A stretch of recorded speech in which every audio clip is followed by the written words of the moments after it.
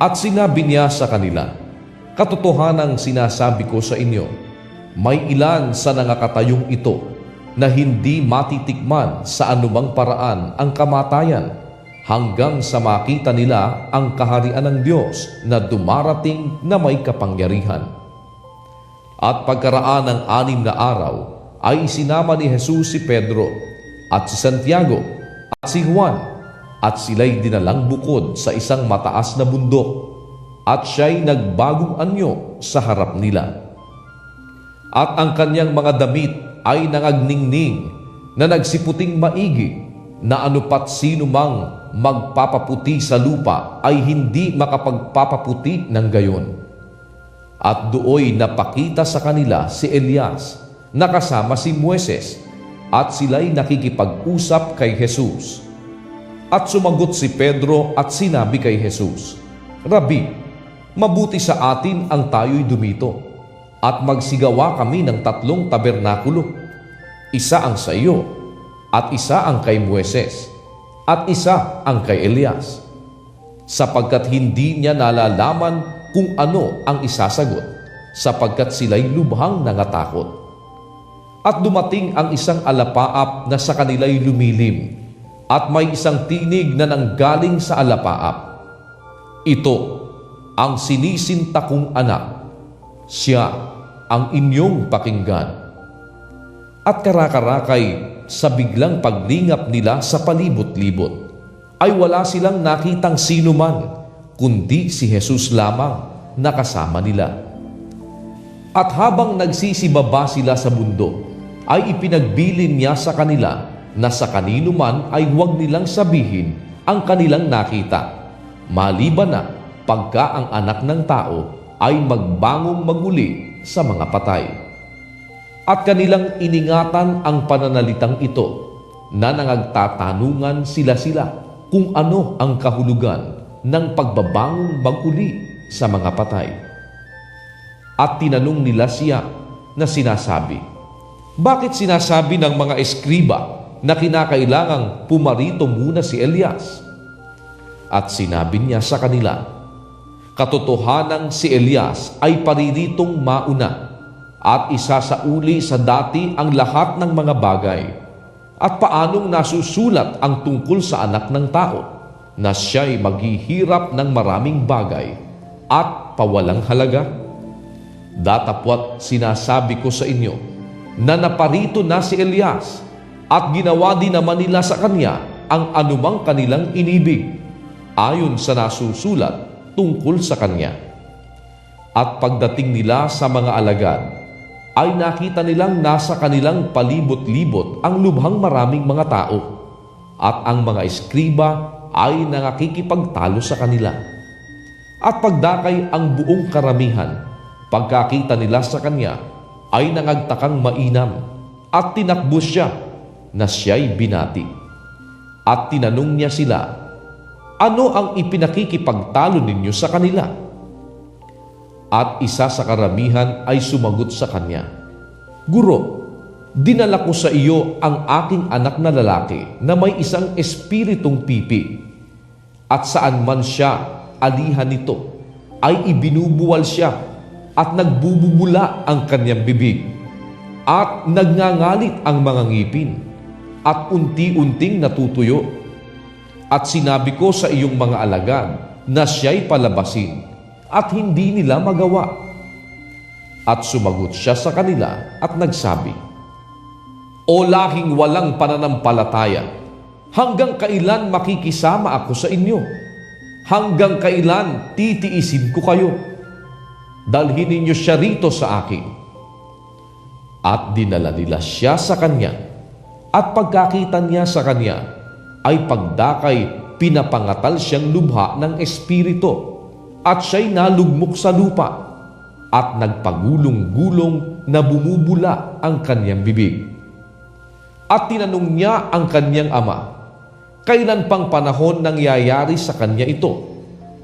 At sinabi niya, mula sa pagkabata. At madalas na siya'y inihahagi sa apoy at sa tubig upang siya'y patayin, datapwat kung mayroon kang magagawang anumang bagay, ay maawa ka sa amin at tulungan mo kami.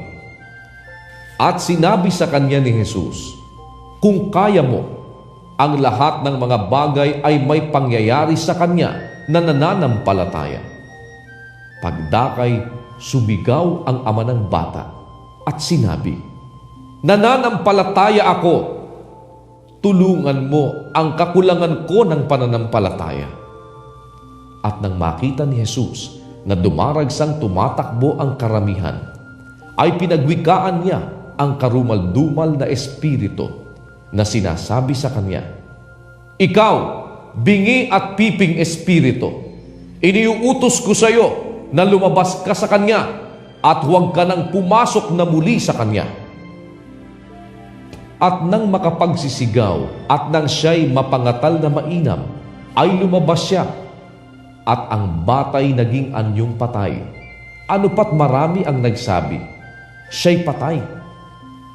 Datapwat hinawakan siya ni Jesus sa kamay at siya'y ibinangon at siya'y nagtindig. At nang pumasok siya sa bahay, ay tinanong siya ng lihim ng kanyang mga alagad, paano ito na siya'y hindi namin napalabas?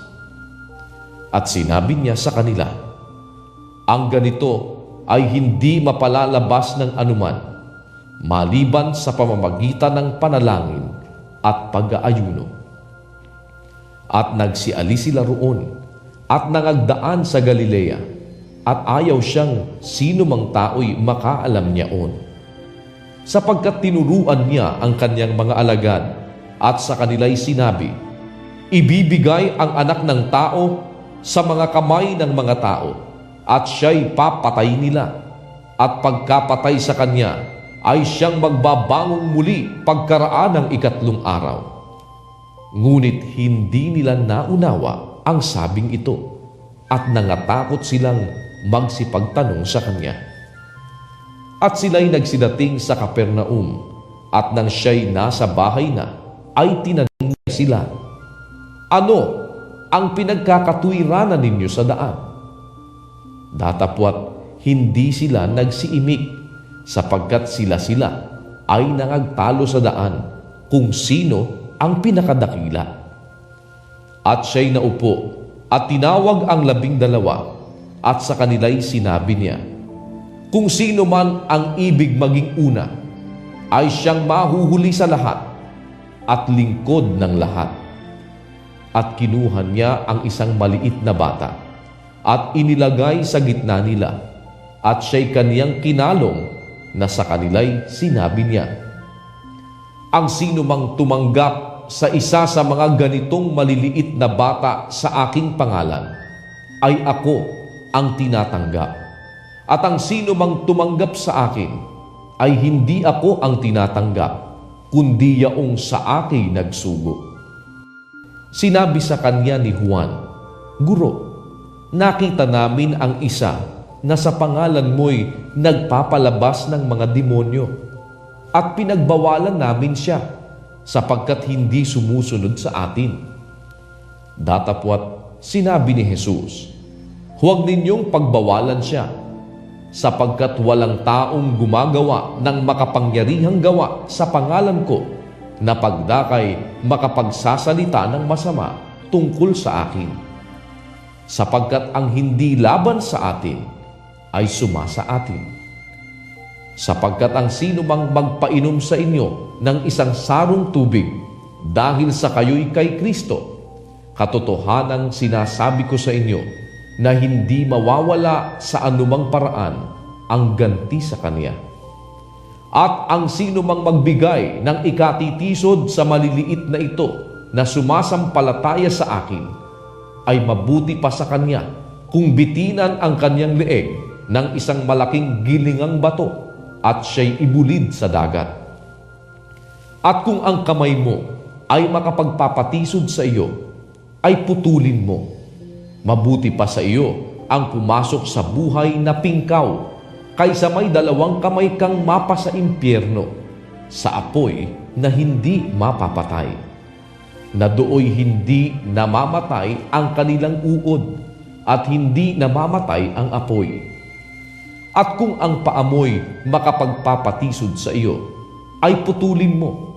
Mabuti pa sa iyo ang pumasok ang pilay sa buhay kaysa may dalawang paakang mabulid sa impyerno, na dooy hindi namamatay ang kanilang uod at hindi namamatay ang apoy. At kung ang mata mo'y makapagpapatisod sa iyo, ay dukitin mo. Mabuti pa sa iyo ang pumasok sa kaharian ng Diyos na may isang mata, kaysa may dalawang mata kang mabulid sa impyerno, na dooy hindi namamatay ang kanilang uod at hindi namamatay ang apoy, sapagkat bawat isa'y aasnan sa pamamagitan ng apoy. Mabuti ang asin, datapwat kung tumabang ang asin, ay ano ang inyong ipagpapaalat? Taglayin ninyo sa inyong sarili ang asin, at kayo'y magkaroon ng kapayapaan sa isa't isa.